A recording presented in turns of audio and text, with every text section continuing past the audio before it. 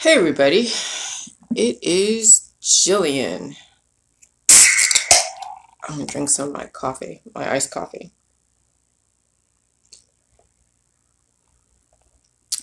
That's good.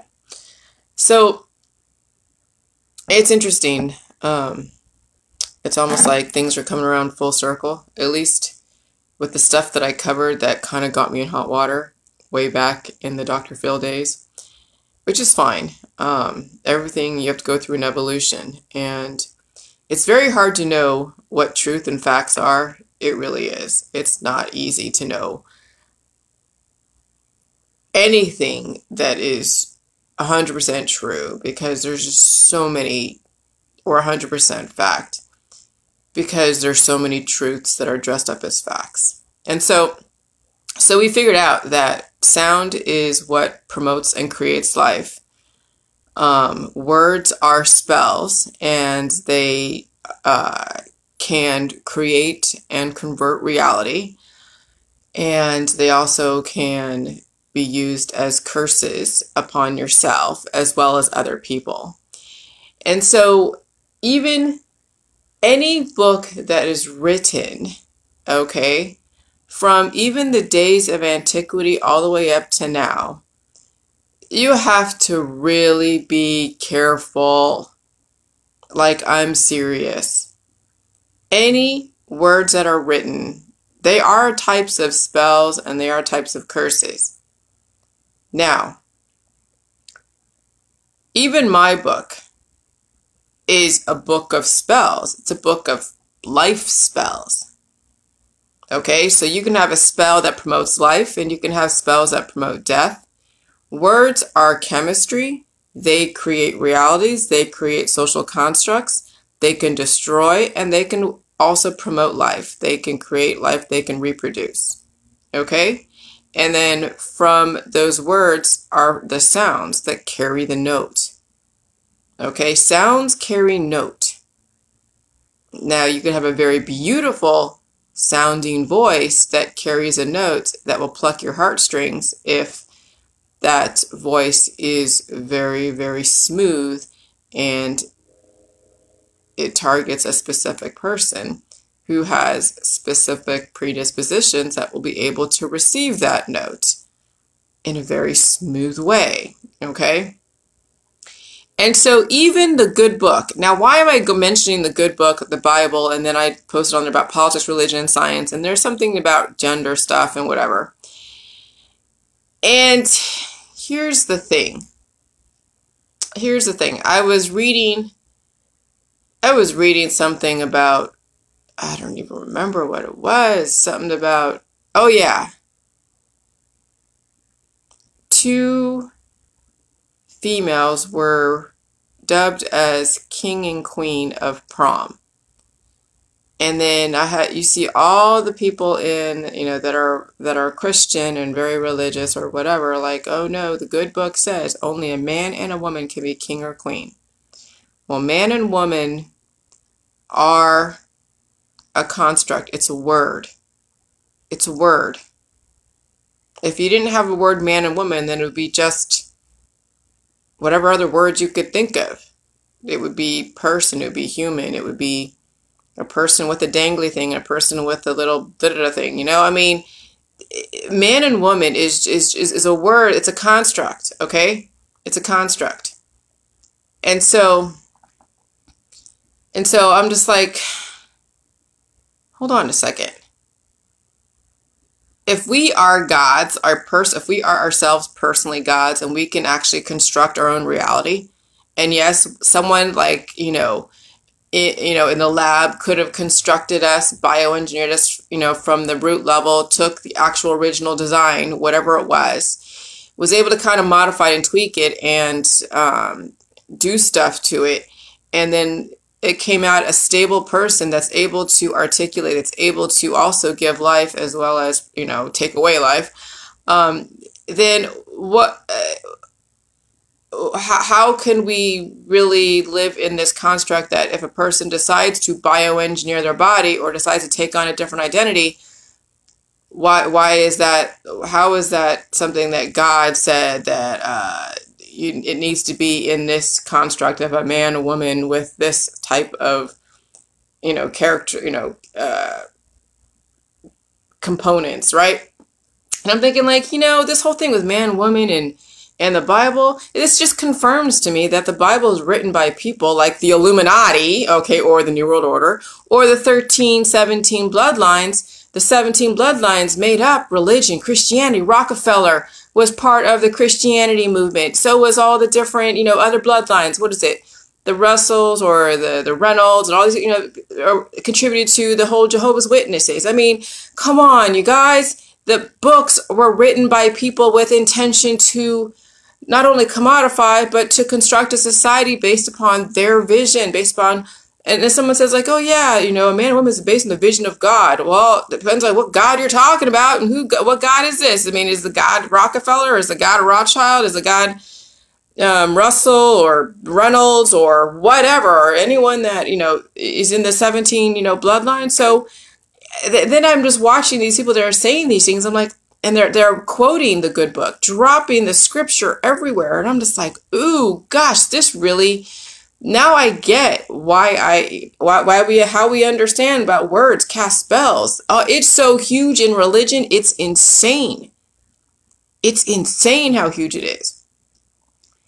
And so here's the thing. When you understand the laws of life, that's where science comes in. Science is not like, 100% truth and fact. Science is just a study of, and it's always uncovering and learning new things, okay? So science is a study of.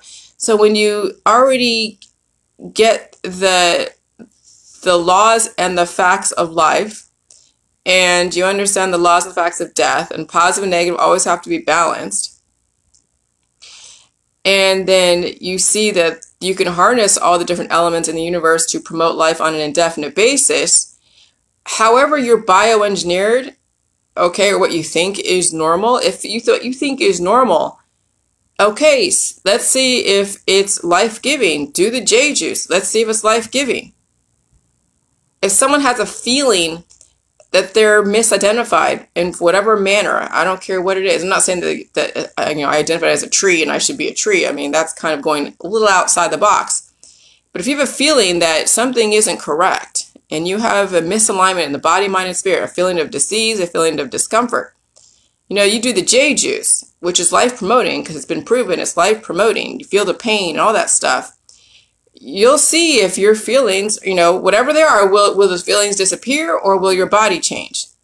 That's what it's going to come down to. When you do the JJuice, will those feelings just disappear and you're going to be like more just like, relaxed and not so worried about identification on anything? Or is your body going to change?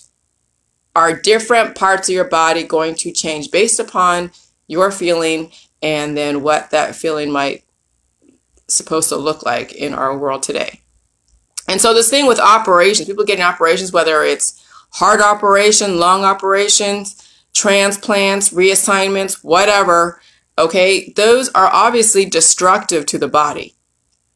And so if you didn't do any operation, you did JJuice, I think your feelings of disease would actually be disappeared. But you'd have to feel pain and maybe things might morph. That would be unexpected. That would be probably done anyways, during surgery, or maybe not. Who knows?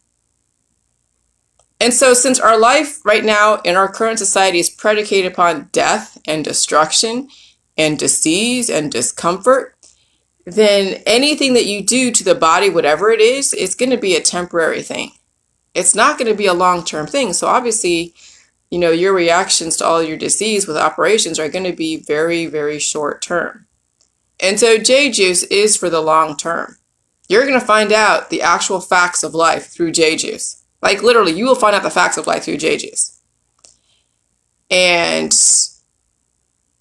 all of those spells, like organic versus GMO, the good book versus the bad book, Satan versus Jesus, all the parables, all the stories, all the riddles, all the crap that has set people apart will completely fall to the wayside. It would be, for me, I can't even take seriously anyone out there anymore that does quote like that. I can't. I mean, I respect them, but I really can't take anyone seriously that is parroting words written by man. Like, I knew back, even before I was learning about words and chemistry and spells, I was like, how can we rely on a book that was transcribed by a person that made these words? What? I mean, are they like some secretary to God, and they're just like, God's like right there in front of them, and this all being light and saying, okay, well, you write down this word, this word, this word, this word, and this word, and then here's the 10 Commandments, and here's the, here's John's whatever, and this. I mean, there's a bunch of great stuff in the Bible, and there's also major programming, major societal construct programming that keeps people limited. Just like, there's always truth and fact mixed in. I mean, look at ontology and oncology. I learned about ontological studies or ontology actually at Landmark Education. If you see on my bio, I was editing my bio last night actually. If you see on my bio, I've been through many Landmark Education classes. They're a great organization, expensive as hell, but you learn so much esoteric knowledge through the mainstream, the way they do things in the mainstream. Now, back in the 1970s, they had a little touch of MK Ultra along with the same technology. So we knew MK Ultra was always part of their foundation when they relaxed over in the 2000s. That's when I started doing it. Was actually in the 90s and then 2000s when I did those courses. But they talked about ontology, the study of the existence of being and bringing forth into being, into existence, or like existentialism, I guess, too, another word for it. But ontology is the study of bringing it into being. So what would be the totally opposite? It'd be oncology. But people aren't aware that these two words exist, that like actually side by side. If they saw these two words exist side by side and you put them in the medical establishment, they'd be like, what the hell? Because when you look up oncology, it says the study of tumors. And then everyone's like, oh God, a tumor is so bad. And so then they don't really get that oncology is the destroyer of life. Ontology is bringing life to the surface. And it's kind of like, if you actually put those two together, it would raise red flags. But that's the esoteric knowledge. Because then, I read somewhere where I'm like, why do we have secret societies, or why do we have esoteric knowledge or something? And they're like, well, if we elevate it to the level of common knowledge, it'd be very dangerous. Dangerous to who? Dangerous to the establishment? Dangerous to people who are making money off of people who think that cancer is bad, when really cancer is just growth, and you haven't kept up with the growth or had enough energy to sustain that growth process. And so I'm just like, oh my God, this is pretty crazy. And so, I don't know. So I'm just like, so do we know what normal is? Well, if you drink JJuice and you promote life with JJuice, and all your feelings of imbalance, unbalance, disease, discomfort, you give it life and you give it JJuice and you balance out the positive and negatives, then either your body's going to change or your feelings are going to change. One of the two. So it's going to be one of the two, obviously. Those are the only two choices. That's why people do things. That's why people get operations, because their feelings hurt. They have weird feelings, or their body is having some issues and they feel pain, which is the same thing. But the things are going to change is your feelings are going to disappear, or your body's going to change. So that's just some interesting stuff. But I really wanted to confirm that thing with the good book and, well, quote unquote, the good book. And then our social constructs based upon that. And so that's why I really think it's very important that we all on the JJuice learn words. We start writing our future, our own personal constitution, our own personal Bible. I'm writing my JJuice. I'm writing my personal Bible. Does another person have to actually adopt it? Absolutely not. It's a guide to say, okay, if you promote life and you understand that there must be a balance of life and death, but you don't have to die, but you also have a balance in your body that there are parasites that which are fine. Too many, some of the excess are going to have to go. So that's going to be releasing the excess. So that's the plus and minus that you will be understanding, balancing out both the positive and the negative. And then honoring your friends and family for the choices they make. Yeah, they can look at your personal Bible, but are they going to adopt your belief system? Absolutely, they may or they may not. But then you're not trying to convert them. That's where we draw the line. We do not convert those that don't want to be converted. So anyways, I really needed to say that. I had to be very careful with politics mentioning specific things so they don't get picked up by the algorithms. But you know, we're all bioengineered, and so whatever bioengineering you get later or even way in the beginning, if it is what it's supposed to be as far as life promoting, forget what it's supposed to be. If it's life promoting, it will stand the test of JJuice. If it's not life promoting and it's something that is really, you're really being messed up by bioengineering, and then you start seeing things change in your body and feel, you know, you change, your feelings change, then maybe what you thought was correct because you were basing your reality on social constructs, maybe it wasn't. Maybe, not that it wasn't correct, maybe it wasn't life promoting. Because I think everybody deserves to live. You can only bioengineer things or take things out or put things in for so long, and you know, and then it's just not, it won't stay. So JJuice will stand the test of time, and JJuice will be your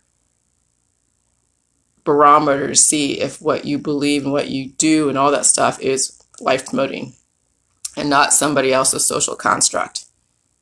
And that's going to be interesting. I'll be writing about that too. All right, bye.